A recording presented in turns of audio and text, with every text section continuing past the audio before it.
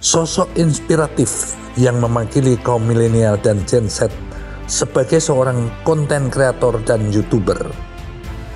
Sukses di usia muda dengan modal dan kerja kerasnya sendiri.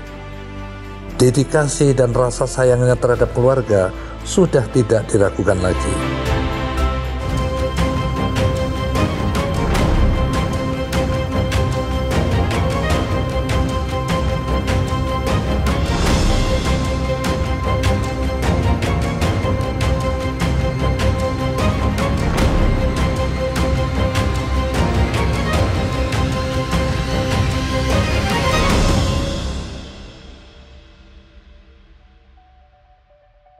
Assalamualaikum warahmatullahi wabarakatuh.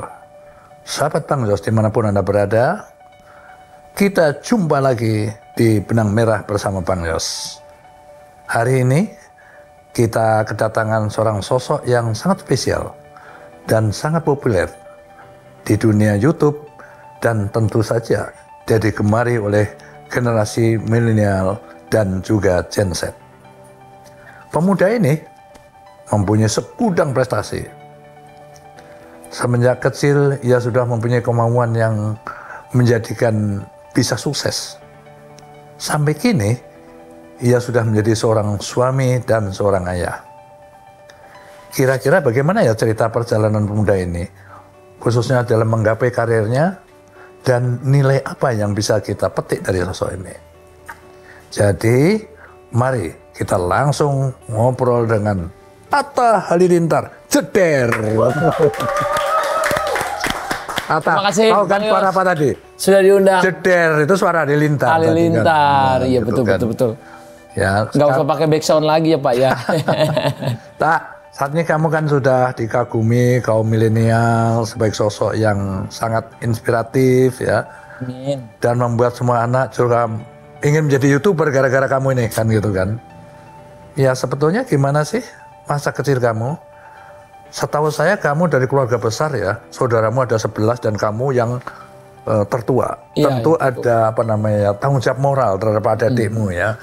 Dan kita semua kan ingin tahu kan keluarga Atta ini terutama orang tuanya dulu ya. Di dalam aspek ekonominya kayak apa sih, kecukupankah, pas-pasankah, kurang gitu. Coba ceritakan. Singkatnya memang aku itu keluarga sempat ada ujian itu pas aku SD, ujian keluarga yang benar-benar kita sampai dipindah lah kerjanya di Malaysia gitu ya. Oh. Jadi di sana terus pas di Malaysia itu tapi karena aku sempat sekolah di sana 1-2 tahun tapi nggak pernah bayar bulanan.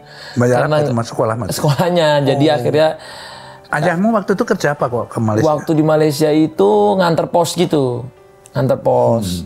Jadi pakai motor, kalau di sekarang lah Grab atau Gojek lah. Iya.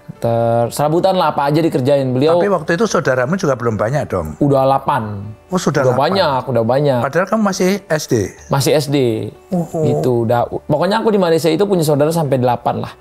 Jadi aku punya adik tuh 7 ya sama aku. Dan itu nambah terus tuh Pak. 8 ke 9, nambah lagi ke 10 ya kan. Nambah lagi ke 11 gitu. Sempat berapa lama di Malaysia? 5 tahun karena waktu itu ada ujian di Indonesia dan mulai dari sana dari minus karena bapak waktu itu ada kalau nggak salah jadi ngutang-ngutang juga gitu karena ada gagal usaha dan lain-lain ya itulah roda kehidupan ya. Kalau roda itu aku pernah ngobrol kemarin sama Bang Yas ya. Ya. Kadang kita di bawah, kadang kita bisa naik di atas. Tapi kita harus siap untuk kembali ke bawah lagi. Tapi bagaimana kita bisa bangkit lagi sampai bisa di atas lagi ya gitulah. Jadi harus tetap seperti itu yang seperti itu ya. Saya. Jadi dari saya kecil susah sempat merasakan senang dikit langsung sama Tuhan satu keluarga dikasih ujian begitu dan waktu itu adikku banyak jadi aku bilang ya udah adik-adik aja yang sekolah. Aku bilang aku yang bantu orang tua nyari duit gitu mau jualan SIM card lah, memasang internet, masang jualan apa waktu itu? SIM card. Jadi kayak dulu tuh kalau di Malaysia itu kita kayak ke tempat turis. Ya. Turis-turis gitu kan pasti pengen punya SIM card baru. Iya. Nah per nomor itu kalau nggak salah kita kalau itu bisa dapat 50 sen sampai RM1. 50 sen itu sekitar rupiah itu? 1000 ya, 1000-an rupiah ya. Kalau nggak salah ya sekarang ya. Kalau dulu itu pokoknya seringgit 2.000 rupiahan dulu. Berarti 50% 1.000. Kalau sekarang mungkin udah 3.000 apa 5.000 aku nggak ngikutin. Nah, waktu itu akhirnya dari situlah kita ngumpul, misalnya sehari bisa jual 10 SIM card atau 5 SIM card ataupun 15 SIM card. Itulah kita beli lauk pauk buat adik-adik makan di rumah gitu. Nah, after 4 tahun 5 tahun di sana kita agak susah, kita sempat jual beli mobil, dapat rezeki dikit, akhirnya bisa beli tiket pulang. Walaupun saat itu umur berapa? Waktu SD itu kelas berapa ya Pak ya? Masih SD? Enggak. Bukan, aku mulai dari sekolah kan SD. Berarti waktu lulus itu aku kelar terakhir dari sekolah, ambil ijazah doang Pak jadi di sana. Ambil ijazah, berarti 1 SMP ya, 13 tahunan. Ya 13 tahun mulai jual beli mobil di Indonesia. Wah, luar biasa loh. Jadi udah mulai di Indonesia, jual beli mobilnya punya om saya, kakaknya ibu gitu-gitulah. Punya, sekarang alhamdulillah orang-orang yang saya jualin mobilnya itu malah kerja sama saya Pak. Jadi pakai ilmu sekarang. Jadi salah satu head advisor saya, namanya kalau aku panggil Amake. Dia Om Ake lah. Itu kerja sama aku, jadi bisa tanya sama dia juga. Dulu mobil dia aku yang jualin gitu. Jadi aku minta, boleh nggak aku jualin? Nanti dari jualan itu kadang-kadang dapat 2 juta, dapat 3 juta satu mobil. Jadi kadang-kadang orang ngeliat waktu nelpon, gimana Pak mesinnya ini? Oh ya aman, karena suaraku masih kecil. Belum ada ininya Pak, sangkan orang cewek. Akhirnya pas datang, mana ibu kamu tadi, apa kakak kamu? Lah itu saya, lah kamu kecil banget, badan saya pendek Pak. Bontet lah dulu saya. SMP bisa kayak gitu, itu luar biasa loh itu. Karena udah nggak sekolah Pak, jadi nggak ada lagi yang dilakuin selain jualan kan. Emang cuma nyari duit aja. Dan lebih keserabutan sih Pak. Jadi kalau mobil lagi laku, jual mobil. Kalau ada apa yang laku, misalnya teman nyari kulkas, ya siapa gitu, kulkas siapa aku jual. Jadi lebih keserabutan. Akhirnya jual handphone Cina. Dulu kan lagi zaman tuh handphone Cina. Coba-cobain jualan. Akhirnya dari handphone Cina itu ternyata mulai rezekinya. Aku jualannya ternyata lewat online, dan dari situlah aku tahu sosmed ini kok bisa mendatangkan pembeli tanpa aku dulu iklan di pos kota atau di iklan di dulu kan majalah-majalah gitu Pak, Kompas atau apa. Aku iklan di sosmed di online gini, di blog gitu-gitu, belum ada vlog kan dulu, orang masih blog. Kok bisa laku gitu. Jadinya aku bilang, "Oh ini future nih untuk masa depan." Akhirnya aku bikinlah semua. Bisa kamu tangkap ya bahwa ini adalah satu masa depan. peluang. Forum aku bikinlah dulu, awalnya sosmed itu dari forum. Forum dari Facebook, dari Friendster. Situlah aku mulai jualan. Dan grow, tiba-tiba aku bisa punya toko kecil. Punya itu, walaupun jatuh bangun tapi aku udah coba gitu Pak, berbagai usaha. Dan itulah mental itu yang menjadikan aku yang sekarang gitu. Karena aku punya adik banyak. Alhamdulillah waktu itu bisa jadi ngikut jadi tulang punggung keluarga, jualan semua duitnya kasih orang tua. Belum mikirin buat diri sendiri karena belum ada mau nikah, belum ada apa kan, yang penting keluarga aman. Alhamdulillah waktu itu hasilnya bisa DP mobil, bisa nyewa rumah di Pondok Indah gitu loh Pak. Iya. Atta, mulai kapan sih kamu terpikir ya untuk merambah sebagai seorang konten kreator dan YouTuber ya? Dan yang kita takjub dengan perjuanganmu itu, kamu menjadi nomor 1 bahkan se-Asia gitu loh. Coba ceritakan awal mulanya gimana kok terus terpikir untuk itu. Di YouTube itu bikin aja apa yang aku suka gitu Pak. Mau review mobil orang, mau ngevlog sama adek gitu, sama adik-adik atau sama keluarga gitu. Jadi awalnya dari gitu, dari bikin ngevlog sama keluarga, terus ya bikin aja apa yang lagi suka gitu. Karena kan dulu AdSense tuh masih kecil Pak, terus nggak ada built-in, nggak ada tap-in di YouTube tuh nggak ada, belum ada dulu. Itu berlaku sampai berapa tahun kamu perjuangan itu sampai menjadi besar gitu? Mungkin aku pertama kali mulai upload itu 2011. 2011. Iya, 2013 itu ya totalnya, jadi kalau dari 2011 kan 2011, 12, 13, 14, 15. Nah di 2015 tuh baru mulai ada viewersnya tuh Pak. Baru mulai ya itu? Udah mulai ratusan ribu seperti itu. Nah masuk 2016, nah itu saya cepet tuh. Baik 2000, sekarang 2016, 2017. Terakhir yang you tahu?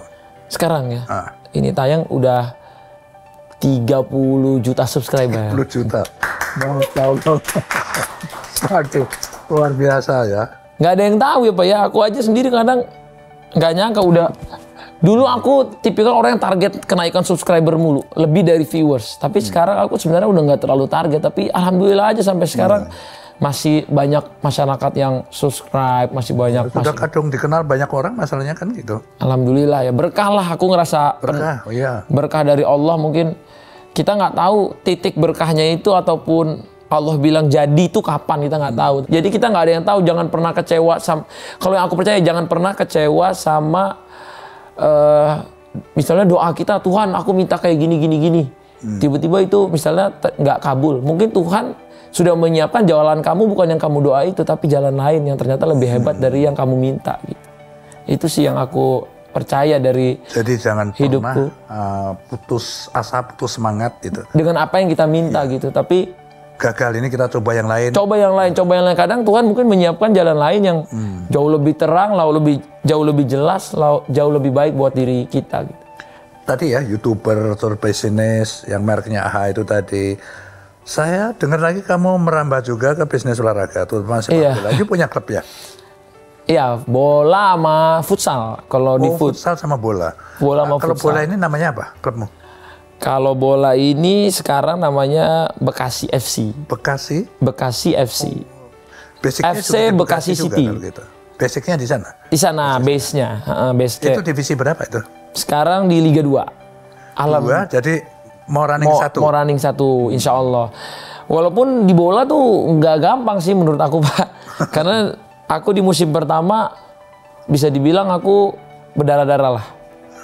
Nah, balik lagi ke apapun yang aku mulai, bisnisnya pasti berdarah-darah dulu. Karena aku yakin mana yang berdarah-darah dulu tuh. Saat pasti kamu sukses di bidang ini juga ya? Ini sementara aja aku nggak nyangka Bekasi ini peringkat 1 gitu.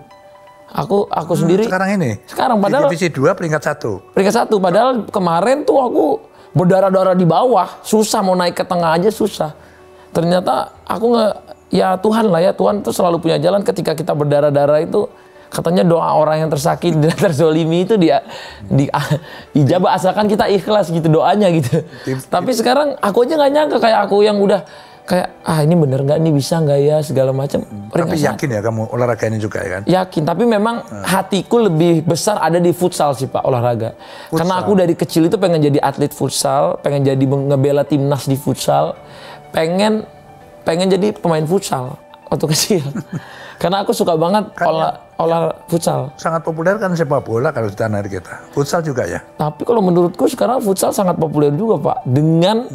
Dan talenta futsal menurutku di mata dunia dari Indonesia lebih tinggi sekarang daripada sepak bola. Karena kita dari peringkat aja bola mungkin peringkat 150 kalau nggak salah Pak ya. Futsal sekarang kita 39. Dan di Asia kita kalau bola masih jauh, tapi kalau futsal kita udah peringkat 3 kalau nggak salah. Iya. Kalau divisi 2 itu sudah pakai pemain asing juga? Belum boleh. Oh belum? Belum boleh Pak. Tapi kalau di futsal udah boleh. Aku ada pemain asing. Oh futsal itu ada pemain asing juga? Ada. Dan sekarang kita kedatangan pemain terbaik di dunia Pak. Dari mana itu? Negara dari Portugal. Dan pemain asingnya aku bawa Ricardinho ini jadi berita paling viral se-Indonesia Raya Pak. Jadi untuk futsal ya, berita futsal tuh paling viral udah. Kalau peminat futsal tuh pasti, wah jadinya tuh stadion semua full Pak. Kemarin kita pergi ke kota mana aja itu full. Bahkan aku lihat tuh panitia-panitia di stadion yang biasanya jual tiket misalnya 25.000, kalau tim Pendekar United ini main jadi 100.000 Pak. Untuk 2 hari katanya. Naik tapi 2 kali. Stadion futsal kan terbatas ya jumlahnya. Nah kalau ini sih aku memang butuh dukungan Bang Yos juga karena Pendekar United ini kan dari Jakarta base-nya. Tapi di Jakarta ini susah nyari stadion standarnya internasional gitu. Kayak kalau di bola kan ada JIS, ada GBK, terus di Bekasi aja ada Patriot Candrabaga, ada stadion satu lagi yang bagus. Makanya aku kemarin sempat ketemu Pak Anies juga bilang, Pak semoga ada gerakan gitu buat Jakarta ini bisa ada stadion yang memumpuni, yang keren, ada stadion latihan, ada stadion tanding gitu. Karena di Jakarta sangat sulit cari stadion latihan aja, kita cuman ada My Futsal sama Tifosi yang kebanyakan Liga Pro yang latihan gitu. Jadi sama-sama lah aku karena pribadi pengen ngemajuin bidang olahraganya, aku suka semoga ini jadi pengabdianku untuk bidang olahraga yang aku suka ini gitu. Jadi yuk lebih senang futsal daripada sepak bolanya ya? Kalau aku pribadi kalau ditanya gitu. iya, karena aku lebih ngerti juga Pak. Dan yakin prospeknya bagus di depan? Aku yakin, bahkan kalau menurutku di Indonesia tuh kalau 3 olahraga terfavorit, bola, badminton, futsal 3 besar menurutku. Menurutku ya Pak. Dengan aku lihat kalau futsalnya olahraganya murah gitu Pak. Maksudnya dengan populasi masyarakat Indonesia yang banyak gini, kita dari dulu di SD, SMP, SMA pasti di tengah-tengahnya ada lapangan futsal Pak. Di semua sekolah ada. Bahkan semua sekolah punya tim futsalnya.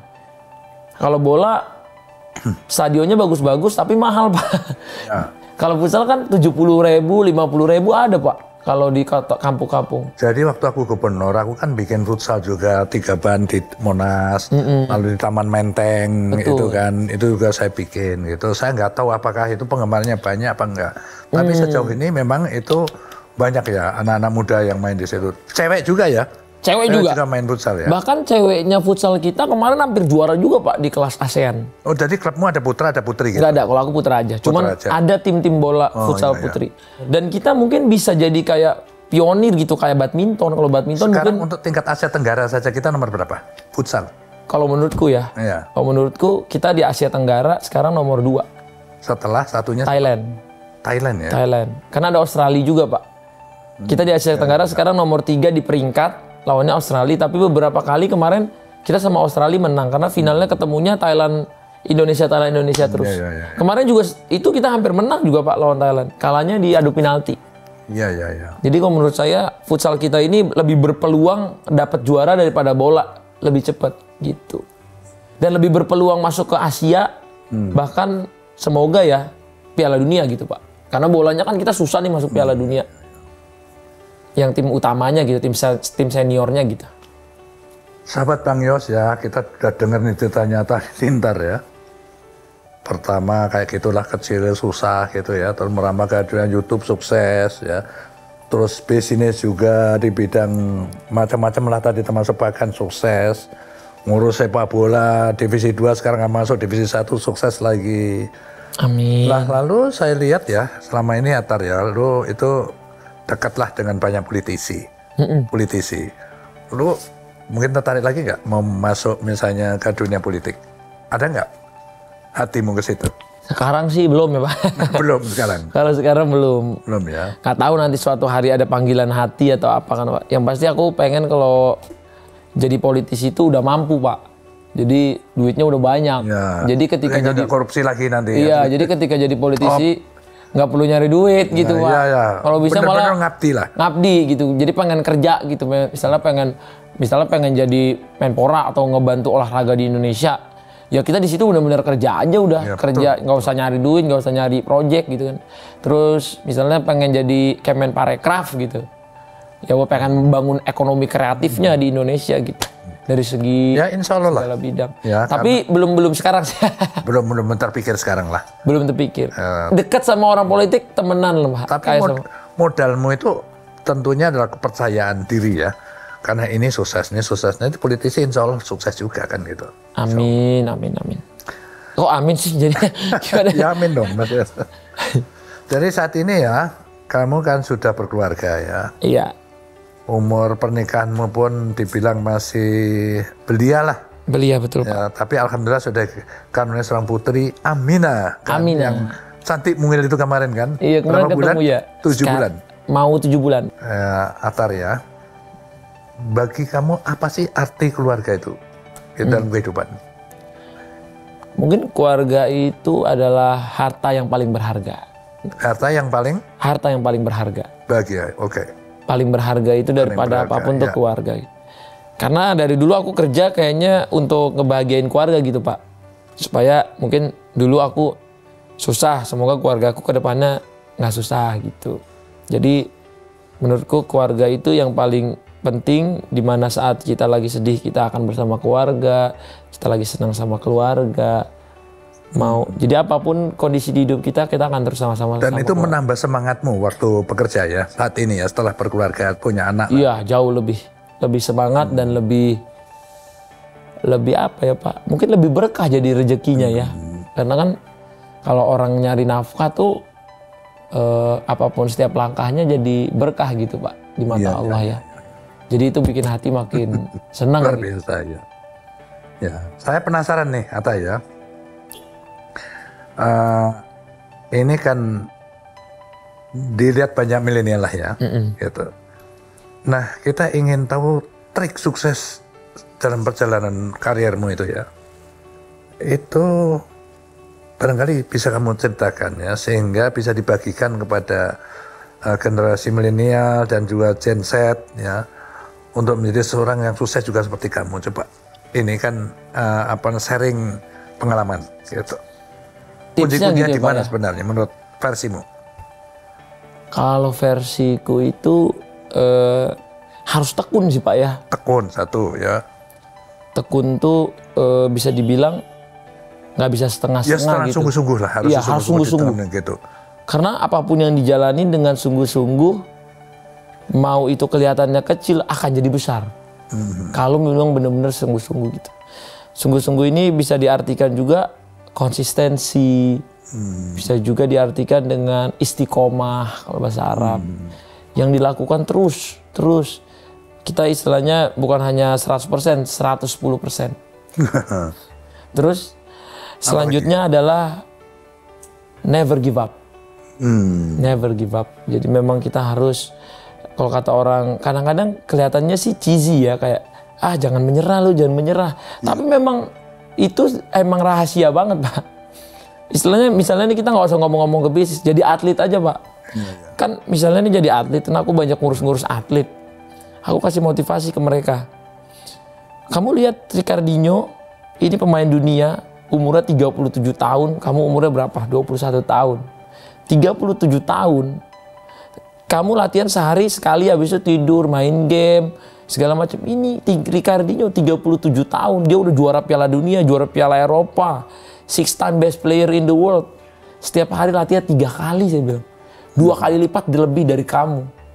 Berarti apa dia? Konsisten, sungguh-sungguh sampai umur segini. Jadi kamu yang umur 21 tahun udah baru masuk Liga Pro aja udah pada sombong, pada ngerasa wah gue udah pemain pro nih. Ini pemain dunia, masih latihan 3 kali. Jadi kalau kata pemain-pemain dunia, kata Kobe Bryant, kata pemain-pemain di dunia lah, kalau kamu latihan sekali, kamu 2 kalinya ini kamu jadiin latihan dari diri kamu sendiri, berarti dalam 1 hari kamu punya lebih 2 kali latihan. Dalam sebulan berapa Pak? 60 kali lebih daripada orang lain. Kamu jalanin 3 bulan, 120 tambah 60 lagi, 180 kali lebih dari latihan orang-orang. Tadi kuncinya tadi kan sungguh-sungguh. Sungguh-sungguh, mungkin nggak kamu nggak jadi lebih jelek dari dia? Enggak. Kamu walaupun kamu nggak punya skill, nggak punya bakat, tapi kamu punya dalam 3 bulan kamu punya 180 kali latihan lebih dari mereka. Mustahil kamu jelek. Mustahil kamu nggak jadi yang terbaik di bidangnya. Itu yang kamu harus lakukan. Even mau kamu kameramen, mau editor, mau penulis buku, mau dokter, kalau dia belajar sungguh-sungguh berkali-kali lipat dari orang, pasti dia jadi lebih jauh Pak jalan. Makanya aku selalu percaya do it more. Jadi habis never give up, jangan menyerah, do it more. Do it more than other people. Iya, iya. Jadi misalnya orang mikirnya di kotak ya Pak, kamu masih mikirnya di dalam-dalam ini aja, kamu nggak akan jadi orang spesial. Tapi kalau kamu bisa melompat lewat dari kotak itu, di situ orang spesial. Di olahraga lain ada namanya Muhammad Ali, ya itu betul. Legendaris tinju juga begitu. Betul. Sudah latihan berat, sudah pelatihnya sudah berhenti, dia diam-diam latihan lagi. Itulah namanya champion mentality ataupun sukses mentality. Kadang-kadang aku pernah dengar bahasa mental kamu miskin. Ada banyak orang ngomong gitu, mental kamu miskin, mental kamu kaya. Nah, mental kaya tuh yang kayak Muhammad Ali, kayak Cristiano Ronaldo, Jeff Bezos. Kalau yang aku lihat ya, even kalau yang my prophet, idola saya Nabi Muhammad SAW, itu adalah mental kaya menurut saya. Dari kecil dia udah dagang, dibully orang, dilempar tai di ini, tapi dia tetap berjuang. Dia tetap dengan tidak mengenal menyerah gitu. Mau dibilang penipu, mau dibilang apa, dia tetap tunjukin hati dia yang luar biasa bersih, hatinya yang jujur. Dan itulah champion mentality menurutku. Ya, termasuk juga mungkin ya, yang pandai membaca peluang. Pandai membaca peluang.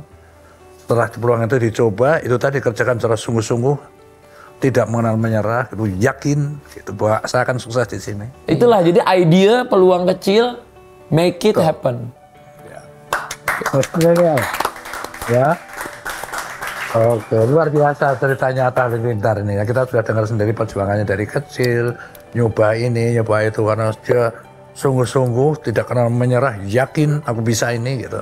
Sehingga tiap dicoba nyatanya sukses kan. Ya kan? Di bidang ini, bidang itu yang berbeda-beda gitu. Bahkan saya dengar dulu sebenarnya ya Atta Halilintar ya. Makanya gua mau kasih hadiah lu ya.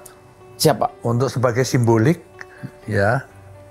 Ini simbolik apa sebenarnya ini kan gitu. Simbolik ini dipakai untuk nyanyi kan gitu kan. Nah, ini barangnya. Ah. Kan gitu kan. Tapi masih lu pakai ya. Buat saya ini. Nyanyi lagi. Nyanyi ini apa? hadiahnya. Ya bukan sekarang. Ini lu pakai lagi. Kapan nyanyi lagi? Buat saya ini. Iya. Terus nulis lagu lagi ya. Oke, siap. Hebat. Apa namanya, lagunya juga yang aneh-aneh, rap juga kamu bikin kan? Alhamdulillah. Dan selalu sukses ya, pandai nyanyi, pandai bikin lagu. Pandai nyanyi sih nggak apa bikin lagu mungkin dikit. Luar biasa. Ini lupa nih ya, ini ya. Bukan mic doang nih ya. Dengan mic doang, tapi ada buku. Atta, ini buku biografi. Siap. Biografi saya. Terus ini saat lahir sampai jadi Panglima Kodam Jaya. Ini saat jadi gubernur di era 5 presiden. Oke. Gitu kan, ya. Terima kasih jadi banyak ini Bapak. saya hadiahkan kamu. Mudah-mudahan banyak atau ada kaum milenial atau sekitar kamu ya, keluargamu gitu untuk membaca ini. Semoga karena inspirasi. aku punya motivasi dan cerita yang sama dengan Anda. Amin. Dari orang susah bisa jadi gini, alhamdulillah kita syukur. Amin. Ya ini. Terima kasih Bapak. Yuk, dapat ini. Yuk, bagian kita. Atta, terima kasih. Sama-sama Bapak. Hatur nuhun. Sampai ketemu lagi. Siap. Ya, sahabat Bang Yos, jumpa lagi di episode berikutnya. Wassalamualaikum warahmatullahi wabarakatuh.